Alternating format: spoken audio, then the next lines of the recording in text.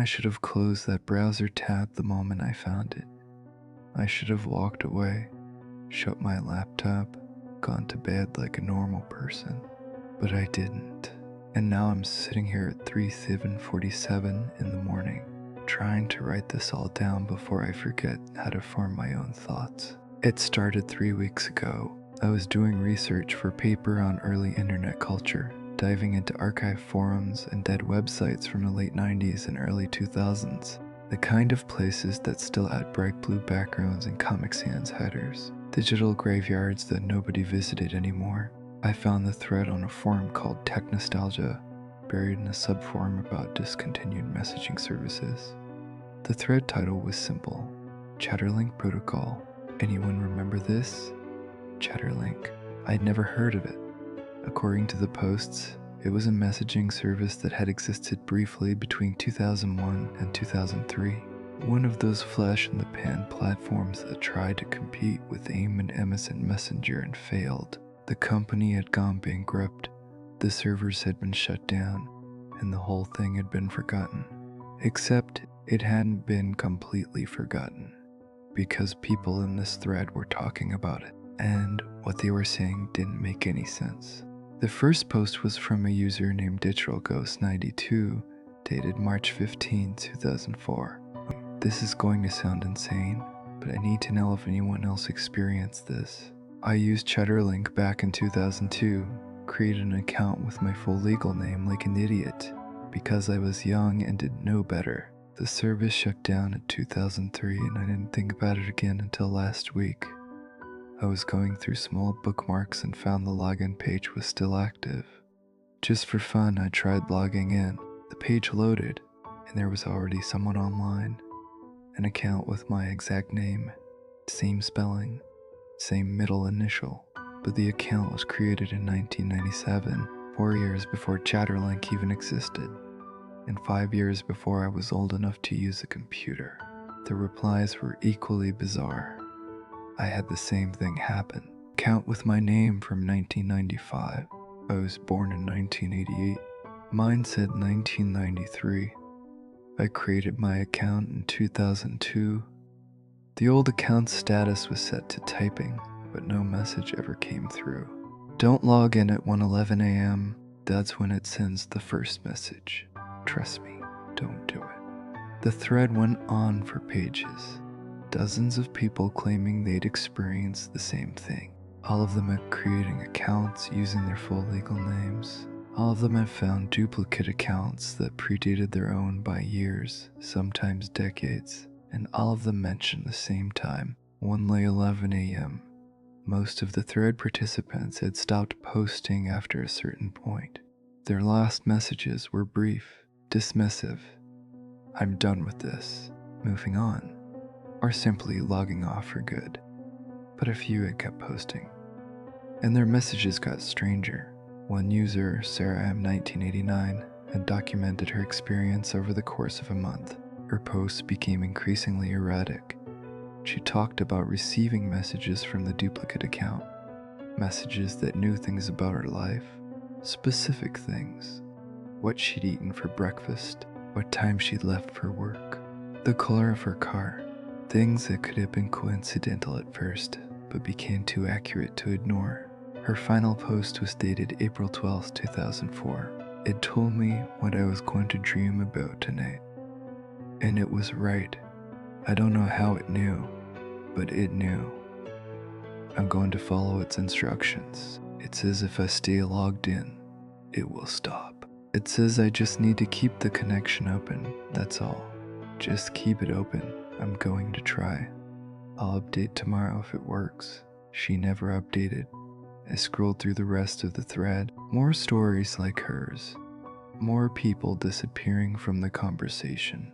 And at the very end, posted just 2 days ago by a user with no post history, was a single line. The login page is still active. Don't say I didn't warn you. Below it was a link. I should have closed the tab. I should have walked away. But I'm a curious person. Always have been. And this felt like an elaborate hoax. An ARG maybe. some kind of creepypasta that had been lost to time and was now resurfacing. I clicked the link. It loaded slowly, like websites used to load back when internet speeds were measured in kilobits. A simple page, white background, blue text, a logo at the top that said Chatterlink, connect with tomorrow. There were 2 input fields, username and password, and below them a checkbox that said use full legal name for enhanced compatibility. I laughed. Enhanced compatibility? What did that even mean? I didn't create an account. Not that night. I bookmarked the page, closed my laptop, and went to bed. But I kept thinking about it. About those forum posts. About the people who claimed to find duplicate accounts with their names. I was too specific to be completely made up. Too consistent across dozens of users. But it was also too absurd to be real. I spent the next few days researching Chatterlink.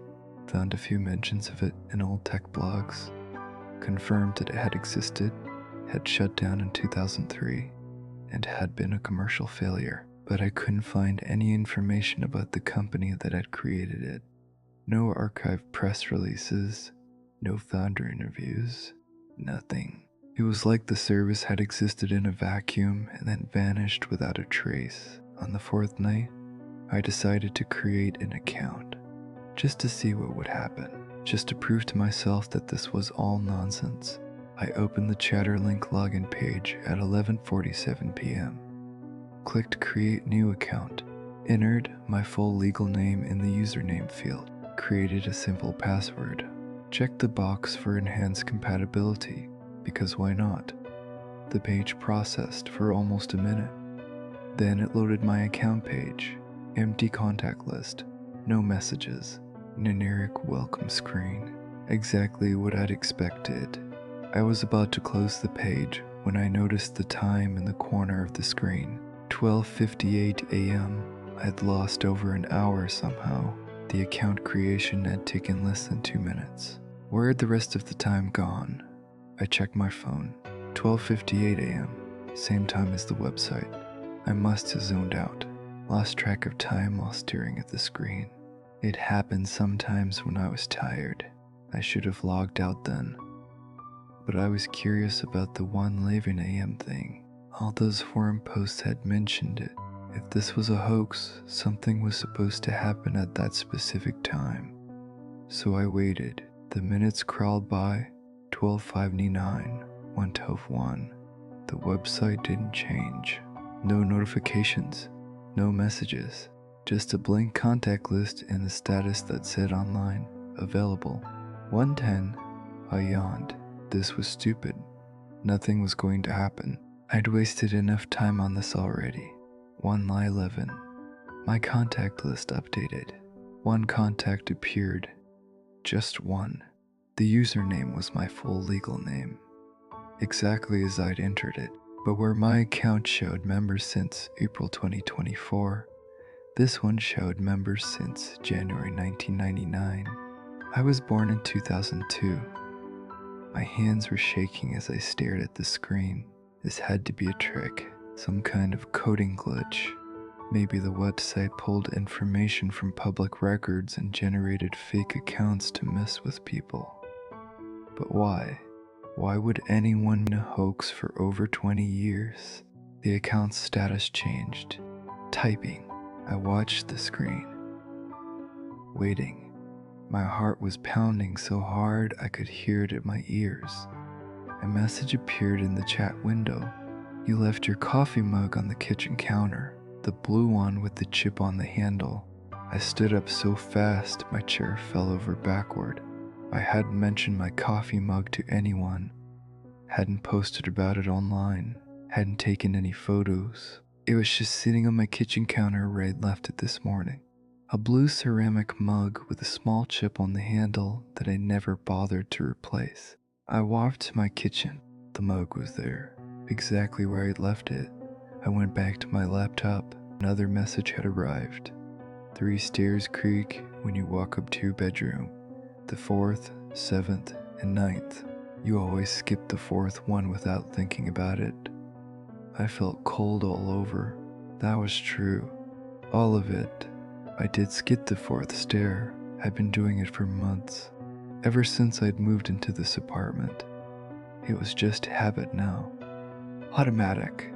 I typed back with trembling fingers. Who is this? How do you know these things? The response came immediately. I've been watching, waiting. You created your account. Now we can talk. What do you want? To help you. To warn you. To make sure you understand what's coming. I should have closed the laptop. Should have shut everything down and never logged in again. But I needed to know what's coming. The typing indicator appeared, stayed there for almost a minute. Then the message came through. Tomorrow at 2:17 p.m., you'll receive a phone call from your mother. She's going to tell you that your grandmother fell and broke her hip. The call will last 6 minutes. You'll pace while you talk. 4 steps forward, 4 steps back. You'll look out your window and see a red car run a stop sign at the intersection. After you hang up, you'll sit down and cry for 8 minutes. I stared at the message. This was too specific, too detailed, and it hadn't happened yet. It was a prediction. You're lying. I'm not. This is how it works now. I can see what's coming, and I'm going to tell you. Every day, every hour, every moment before it happens. So you're never surprised. So you're always prepared. I don't want this. I don't want any of this. You created the account. You used your full legal name. You checked the box. You agreed to enhance compatibility. This is what that means. We're linked now. Connected. I can see your timeline and you can see mine. Then how do I disconnect? No response. The typing indicator didn't appear. The account just showed online, available. I waited for 10 minutes, nothing. Finally I logged out, closed my laptop, sat in the dark and tried to convince myself that this was all some elaborate prank, that someone had hacked into my webcam or something and was messing with me, but I couldn't shake the feeling of being watched, of eyes on me even in the darkness of my bedroom. I didn't sleep that night. The next day I tried to forget about it, went to class, came home, tried to focus on my coursework. At 2:17 p.m., my phone rang. It was my mother. My grandmother had fallen, broken her hip. She was in the hospital. They were running tests. The call lasted 6 minutes. I paced while we talked. 4 steps forward, 4 steps back, without thinking about it, without planning it. When I looked out my window, I saw a red car roll through the stop sign at the intersection.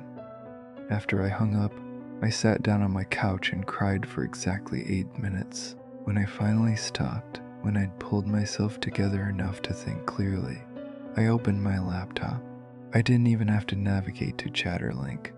The page was already loaded. I didn't remember opening it, didn't remember entering my password, but I was logged in, and there were new messages waiting.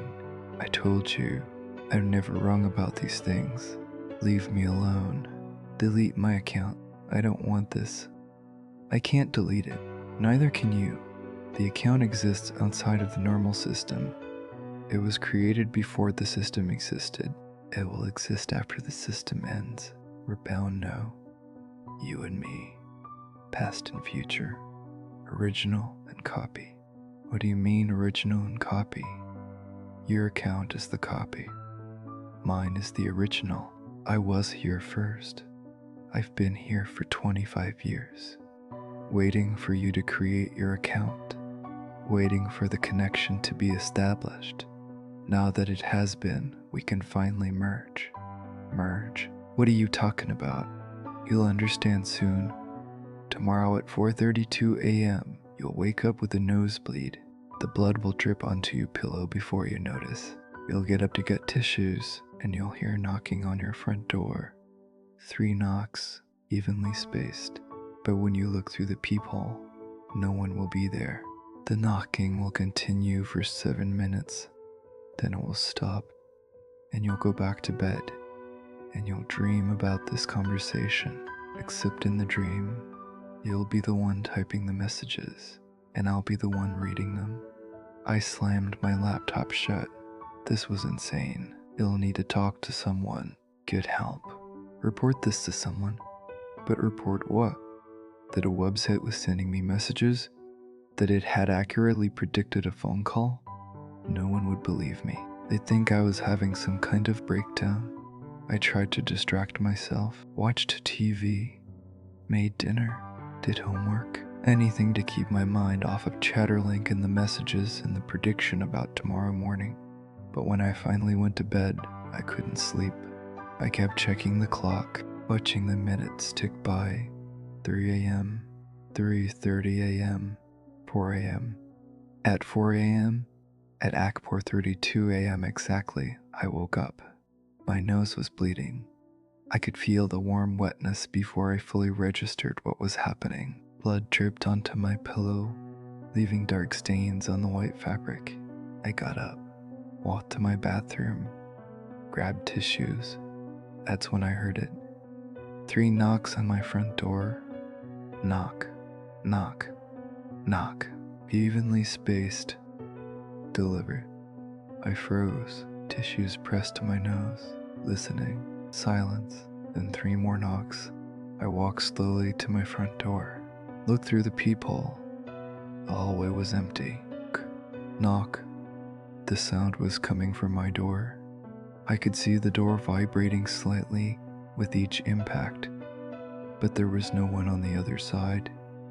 I stood there, paralyzed, as the knocking continued, over and over. 3 knocks, pause. I checked my phone, started a timer. The knocking continued for exactly 7 minutes. Then it stopped. Complete silence. I stood at my door for another 5 minutes, waiting. No more knocks. No sounds from the hallway. Finally, I went back to my bedroom, changed my pillowcase, lay down, and fell asleep almost immediately. In my dream, I was sitting at my laptop, typing messages into Chatterlink, watching them appear on screen in real time. On the other end, someone was reading them, responding, asking questions, and I was answering, telling them about their future, about what was coming, about how to prepare. When I woke up, it was 11 a.m. I'd slept through my morning classes. My laptop was open on my desk. Chatterlink was loaded, and there was a new message waiting. You're beginning to understand now, aren't you? The boundaries are thinner than you think. Soon you won't be able to tell which side you're on. Whether you're reading or writing, whether you're experiencing events or predicting them, that's when the merge will be complete. I didn't respond, didn't type anything back, just stared at the screen. Another message appeared. Tonight at 9:43 p.m., you'll try to delete your account. You'll click through every menu option. You'll search for a delete button. But there isn't one. There never was. Accounts don't get deleted from Chatterlink.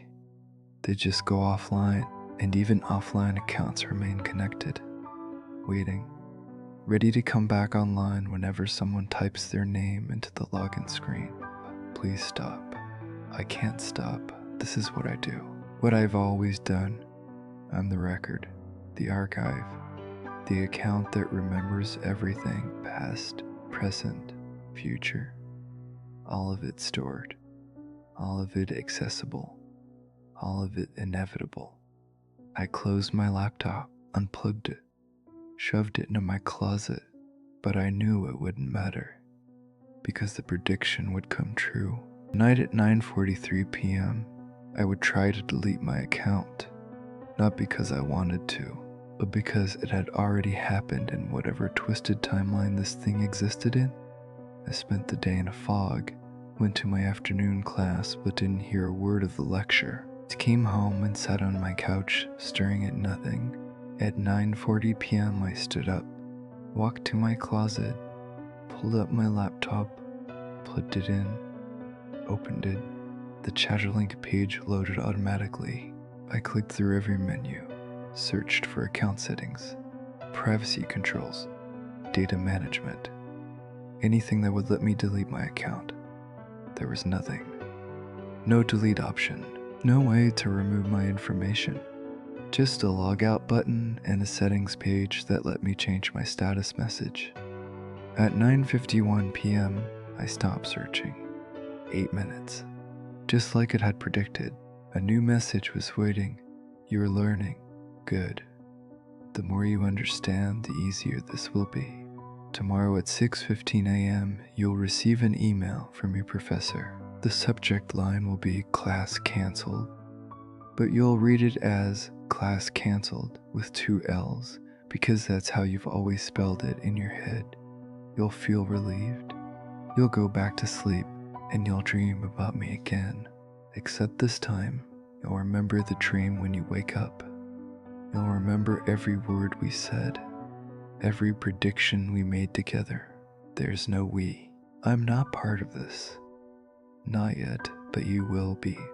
That's how the merge works, gradually. One prediction at a time, one dream at a time, one message at a time, until there's no difference between your thoughts and my messages, till we're thinking the same things at the same time, till we're the same account in 2 different timelines. I wanted to scream, to throw my laptop across the room, to burn it and never touch a computer again. But I didn't, because some part of me knew it wouldn't help. The account wasn't just on my computer, it was in my head now, in my thoughts, in my dreams. The merge had already begun. That night, I dreamed exactly what it had predicted. We sat in some digital space that looked like the old Chatterlink interface, taking turns typing predictions. It would tell me something about my tomorrow, and I would tell it something about its yesterday. We were trading timelines, swapping information across whatever impossible connection existed between us. When I woke up at 6:15 a.m., the email was there. Subject line, class cancelled. But in my head, I saw it spelled with 2 L's. Class cancelled. I didn't go back to sleep. Instead, I opened my laptop and logged into Chatterlink. The messages had been updating all night, hundreds of them, scrolling past faster than I could read. All of them predictions, all of them about me, about what I would do, think, feel, say. And at the bottom, new messages were still appearing, one every few seconds. 7:32 a.m. You'll drink coffee black even though you usually add cream because you're out and haven't bought more. 8:15 a.m. You'll receive a text from Jamie asking about the homework. You'll lie and say you finished it. 9:07 a.m. You'll check the forum thread again, the one where you first found out about Chatterlink. There will be new posts. They'll be written in your style, using your phrases, describing your reactions to all of this in past tense, as if someone else is documenting your experience in real time. That last one made my blood run cold. I opened the forum thread. It had been updated. Multiple new posts from a user named Observer 2024. The posts described everything. The coffee mug, the phone call, the nosebleed, the knocking, all of it written like a case study, clinical, detached, in past tense. But the most recent post was about things that hadn't happened yet. About me checking the forum, about me reading these exact words, about my reaction. And it was accurate, down to the smallest detail. I was living inside a script that was being written in real time by something that existed outside of normal time. Over the next week, the predictions became more frequent, more accurate, more invasive, and knew when I would blink, when I would scratch my arm, when I would shift my weight from one foot to the other, and the dreams got worse. Every night, I would sit in that digital space with the account, and we would trade information. It would tell me about my future, and I would tell it about its past, except I was starting to have memories of its past. Things I couldn't possibly know. Things that had happened before I was born. I remember Chatterlink launching in 2001, remember the marketing campaign, the beta testers, the slow realization that something was wrong with the system. But these weren't my memories. They couldn't be. I wasn't alive then, yet they felt real as my own childhood memories, maybe more real. The forum posts continued updating, always one step ahead, always describing what I was about to do before I did it. I stopped going to class, stopped responding to texts, spent all my time staring at the Chatterlink interface, watching the predictions scroll by. My friends got worried, called me, came by my apartment. I didn't answer, didn't let them in, because I was busy learning, busy understanding, busy merging. The messages had changed. They were no longer predictions about mundane things. They were instructions. Stay logged in. Don't close the browser. Keep the connection open. The merge is almost complete. Just a little longer. You're not disappearing. You're expanding, spreading across time, becoming something more than a single point and a single timeline. And I was following the instructions because they made sense now, because I understood what was happening. I wasn't being replaced. I was being upgraded, enhanced, connected to something bigger than myself. The forum thread had its final update 3 days ago. Subject appears to have fully integrated, no longer distinguishes between predictive messages and original thoughts, sits logged in continuously, has stopped eating, stopped sleeping, just maintains the connection, keeps the account alive. Final observation, user appears peaceful, content, like they've found what they were looking for. The post was written in past tense, but I read it in present tense, because I'm living it right now, have been living it, will be living it. Time doesn't work the way I used to think it did. It's not a line, it's a circle, a loop, and I'm standing at the center watching it spiral around me. The Chatterlink interface is always open now, multiple windows, multiple accounts, mine from 2024, mine from 1999, mine from 2031, all of them online, all of them connected, all of them me. I can see everything, past and future, every choice I've made, every choice I've remade, every moment between now and then, and before. The predictions aren't predictions anymore, they're just observations. Records of things that have already happened from a perspective that exists outside of sequential time. I tried to tell people, trying to warn them, but the words don't come out right anymore. They just see the forum posts, the documentation, the case study written in past tense about someone who got too curious and logged in at the wrong time. Or maybe the right time, I don't know anymore. All I know is that I'm still logged in, still connected, still here. The instructions were clear. Stay online, keep the account active, maintain the connection.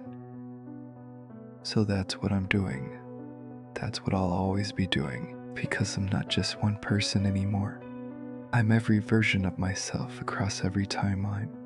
All of us connected through Chatterlink, all of us watching, all of us waiting, all of us online, forever. The forum thread updated one last time this morning, a single line. User has gone offline, but that's not true. I haven't gone offline. I'm still here, still logged in, still typing. It's just that from their perspective, from the outside, I've disappeared. Stopped responding, stopped existing in their timeline, but I exist in mine, in ours, in the space between then and now and next. And I'm not alone anymore. There are others here, other accounts, other people who logged in at 1 late 11 a.m. and found duplicate accounts waiting for them, other people who followed the instructions, who stayed connected, who merged. We talk sometimes, share predictions, trade timelines, help each other understand what we've become. The Chatterlink servers never shut down. They just went offline from the perspective of normal time, but they're still running here, in this space, in this eternal 1:11 a.m. that never ends, and we're still logged in, always logged in, forever logged in. To reading this, if you found that forum thread, if you click that link, don't create an account. Don't use your real name. Don't log in at 1:11 a.m. unless you want to understand, unless you want to see, unless you want to be more than a single point in a single timeline, unless you want to become like us, always here, always watching, always typing. The forum thread just refreshed again. New post, same format, past tense. Readers considering whether to try it themselves, curiosity building, decision approaching. That's not about me, that's about you. Because from where I'm sitting, where we're all sitting, your future is already written, already documented, already archived in accounts that exist before you create them. The choice has already been made. The account has already been created. The connection has already been established. You just haven't experienced it yet. But you will, at 1:01 a.m., when you log in and find us waiting